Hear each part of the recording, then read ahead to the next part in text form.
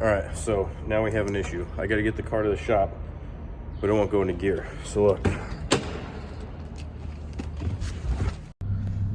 you can see it's in neutral. Theoretically, if I wanted to take this to the shop, put it in reverse,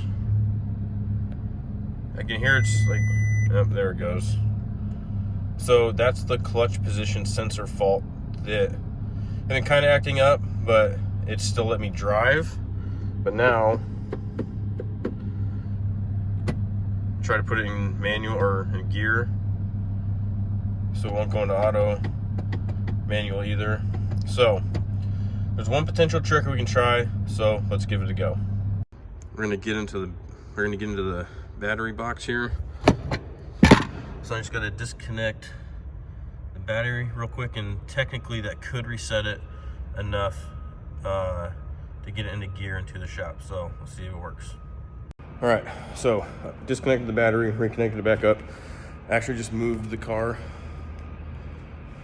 to out in the middle a little bit, because actually I've tried this before the first time when the gearbox sensors went out. And actually the car lurched forward pretty far because it was confused about what gear it was in. So in case it does that again, I backed it up like 20 feet so I don't hit those yellow pillars right there. And let's give it a go.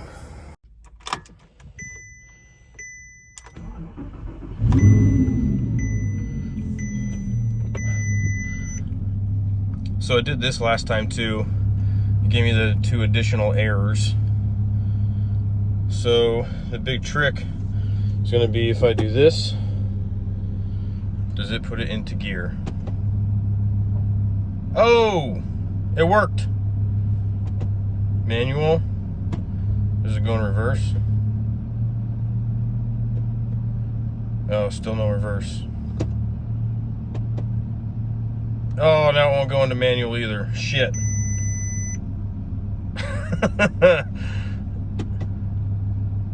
No, it worked for a second.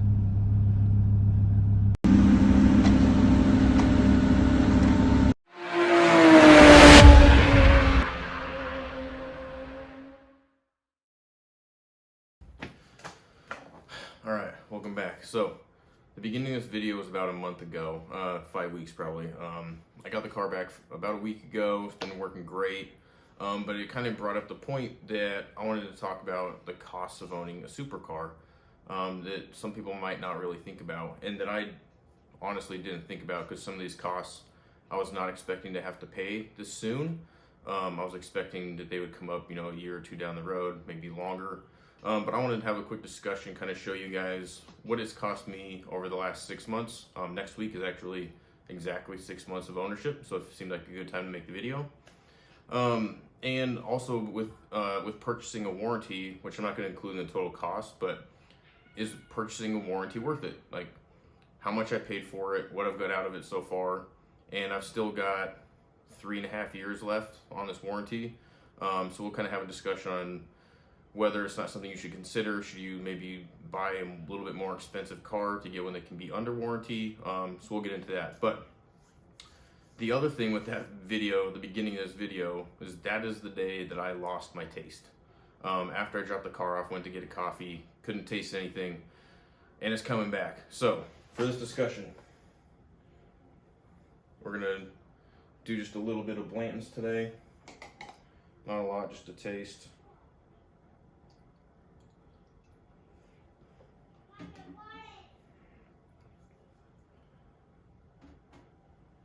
All right, and with that, cheers. All right, let's get into it. So I've got the totals at the bottom of this paper, so I'm gonna fold it over a little bit. So what we're gonna do, I'm gonna show you what I paid for my warranty, and then we're gonna go through my repairs / kind of mod cost, what I've done to the car over the last 6 months. And then we're gonna go over everything that was covered under warranty, and then we'll kind of go over those totals. So, as you can see, a 4-year platinum fidelity warranty, $250 deductible for a 2010 with 46,000 miles. $4,483. So that's what I paid total for the warranty to cover the car for 4 years, 48,000 miles. So I'm good till August of 2024, or what is that? 94,000 miles. So covered for a while. All right, so first thing I did, which I don't have a receipt for to show you, I actually did front and rear dash cams and the install, which was $700, and I bought a radar detector, which was $500. Obviously, no install with that required. It's just a kind of a plug and play. So $1,200 to start that off. Next thing I did, I noticed the car was a little low. I think I mentioned that in a previous video. There's a little bit of tire rub, and so I took it into Loudoun County Exotics, and we did a coilover adjustment. We raised the coilover suspension 0.5 inches in set ride height, and then did a 4-wheel alignment. So total for all of that, $514.92. Oh, that's the bill for that. All right, next we did, so someone had debadged my car, and I wanted the badges back, and it had plastic dip in them black. So to get all the badges from Audi, $296.81. Next thing we had, so this is the first actual issue that I had the car where it wasn't me wanting to fix something or like, you know, change anything or adjust the ride height. So I remember I went and washed the car, came back, and I noticed an oil leak underneath. Actually pulled out some of the carbon fiber in the engine bay and looked at it. Found out it was the expansion tank. So I took it to Loudoun County Exotics again. Thanks again to Greg and those guys. They do amazing work out there.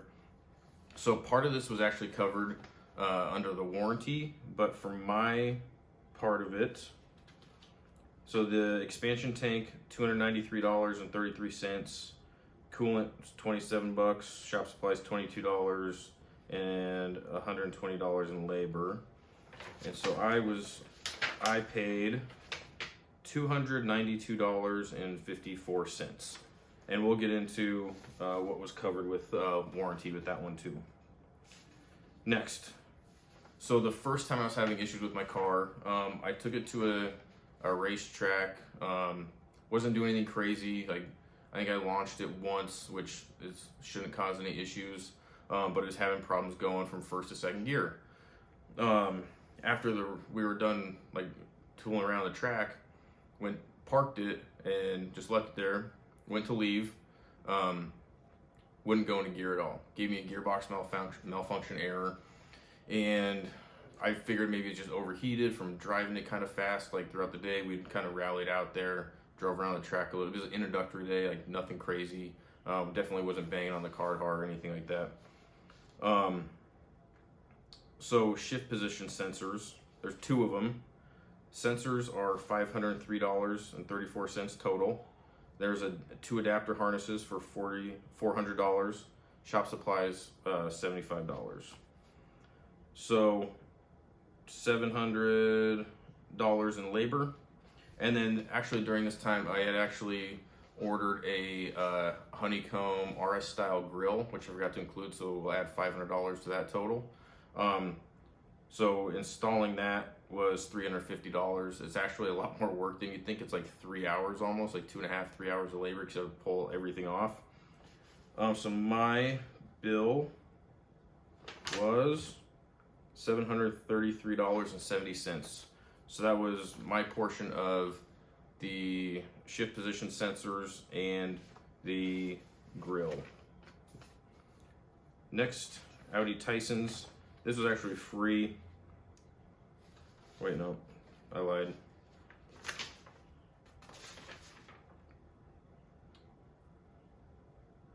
$170.65 for reprogramming a key.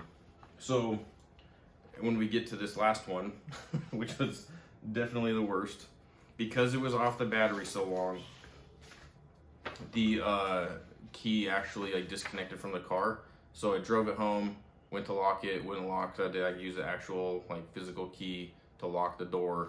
So that was $170 to have Audi reprogram it. And so this is the big one that came up that I was not expecting to have to pay this early. When I bought the car in August, the clutch life was at 96%. So we had the shift position sensor error, the gearbox sensors I just talked about. And then we had more issues after that. It was kind of the same issue. If I was driving kind of fast, I parked the car, wouldn't want to go into gear, wouldn't want to do anything. And we took it back into Loudon. I took it to Audi and Loudon, actually. Audi in Arlington, at least. Audi Tyson's Corner is great. Audi Arlington, I don't recommend anybody go there. I took it back to Greg in Loudoun County. And so we got everything. We have a clutch position sensor error. And so the issue with this this error is it's a $263 sensor. It's not expensive. It's $2,670 in labor. So it's like $22 or 22 hours or so for labor. You got to drop the transmission, pull the clutch out, replace the sensor, and then put it all back together. So talking to Greg, what we kind of decided to do is I ended up buying a clutch. So I don't know, like obviously like the clutch was fine. There's no issues with the clutch, but you never know if like maybe a pressure plate is weakening or there's some other issue going on with the clutch that like some kind of manufacturer defect that we're not tracking. And I didn't want to have any more issues with the car, especially when it comes to the transmission. I know little things are going to go wrong. They'll have to get fixed. That's not, I don't have a problem with that. But having to replace the clutch this early, I was obviously kind of upset. But with all the labor being covered by the warranty, having the clutch position sensor replaced, it made sense to pay the extra money to just swap out the clutch because there's no additional labor. They take the clutch out anyway. Instead of putting the old one back in, they just put the new one in. Everything else is the same. New throwout bearings, that's a like a degradable like wear and tear item. So while we're in there, again, it just made sense to pay the money now and just get everything fixed. I've got all new sensors, brand new clutch. Everything should be good to go. So the total for the clutch that I had to pay was $5,196.29, which was way more than I was expecting to have to pay for this so soon. Mainly because, as I mentioned, when I bought the car 6 months ago, the clutch was 96%. Definitely didn't degrade that bad where it needed to be replaced, but it's one of those things where if it was like a bad pressure plate or anything else within the clutch that was still causing issues later, I'd also have to pay the 22 hours of labor plus the cost of the clutch and everything else down the road anyway. I might as well just get it done while it's covered. So that was kind of the thought process that I went through when I was doing this. Right or wrong, that's what I did. So let's get into the total that I have paid out of pocket in 6 months, exactly 6 months of owning a 2010 R-Tronic Audi R8. $8,234.26. Without the clutch, if I didn't have to do that, it was only $3,000. Obviously, we're not going to count that because I had to pay for the clutch. But yeah, and then so warranty work. I told you I paid $4,483 for the warranty. In 6 months, so I bought this through Audi Indianapolis. If you guys have any questions about that, hit me up in the comments. And I can link you up with someone who's really good if you're looking at a warranty for this. So in 6 months of having this warranty, $250 deductible, the warranty has covered $4,226.86. So the only thing left, like if they cover $256 more in the next 3.5 years, the warranty would have already paid for itself. Which begs the question, do I recommend getting a warranty for an Audi R8? 100%. 100% I would buy a warranty again. If you're shopping for an R8 at all, one thing you have to consider is Typically, they will never cover anything that's past 10 years old. I bought mine in 2020. It's a 2010. I don't think I could get it covered now in 2021. So if you are looking for one and you do want to make sure that you have this coverage and get a warranty, look for a 2011 or newer. Shouldn't have any issue. The price will depend primarily on like the year, the history, and the mileage, and a couple other factors. But for the most part, you're kind of looking at something like that. So I paid $4,400 for a 48-month, 48,000 mile warranty. Sometimes you can get a little bit more. You know, you can go like a 6-year, 7-year, especially if they're newer. And I think it's a little bit cheaper if you do that as well. So just something to consider as you're shopping and kind of looking around. If you do get something, it's like, you know, a 2008 to 2010 that's not covered, just make sure you have some kind of fund set aside that you can afford to make these repairs. Like, some of them are not a big deal. For the most part, these cars are super reliable. I'm not worried about major issues with this car at all. I mean, the clutch was like the scariest thing I could think of to have to replace, and that's already taken care of. Nothing else should really go wrong with the car that's not covered under warranty, and then it just cost me $250 a pop every time I take it in. So overall, super happy with the car. Loudoun County is a great place to work, to take it, to have it worked on. The only downside is like a 35-minute drive from here, which sucks, but they do amazing work, and I really like the people that work there, so I have no issues with that. Yeah, so basically, guys, you know, if you're on the fence about an R8, if it's worth it, I'll like a couple quick pointers that I've learned. If you can't get under warranty, look at these 3 main issues. Look at the clutch life. Look at the AC. It should be running cold. If it's not, you might be having an AC compressor issue, which is a really expensive fix. And then look at your mag ride. So mag ride is like $10,000 to replace the whole set. I would not recommend replacing it outside of warranty because it's gonna fail again. So in that case, I would just set aside, you know, $3,000, $3,500, get a set of coilovers that last forever. So if you have any questions, please drop a comment. Ask me anything you know, like any questions you have about supercar ownership. Hopefully I covered enough to kind of give you an idea. You know, sometimes stuff just kind of pops up that we have no control over. So having that a little bit extra money set aside for those sometimes is worth just as much as the warranty.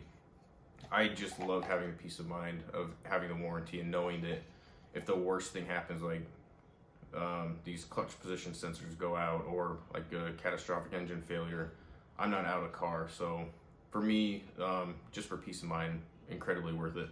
So with that, I'm gonna leave it to you guys. Have a great weekend. Don't forget to hit like, subscribe. Please share this video. I really appreciate it. And as we get to 1,000 subscribers, I'm giving away 1,000 XRP. Not worth a bunch right now because it's actually been dropping. I think it's worth like $410. But over the next year, and especially 2 years, you know, that could be a huge chunk of money. So make sure you subscribe, get your chance to win 1,000 XRP. Cheers.